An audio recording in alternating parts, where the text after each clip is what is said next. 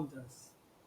3,000 people drink water from him every day and he ends up earning 0 rupees.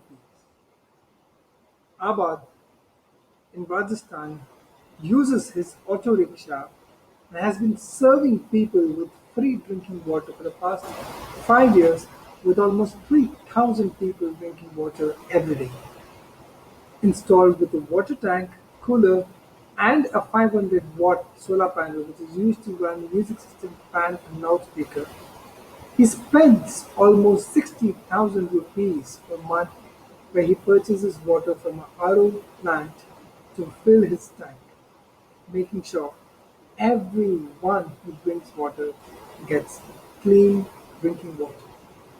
Such a simple gesture, but a great lesson to all of us.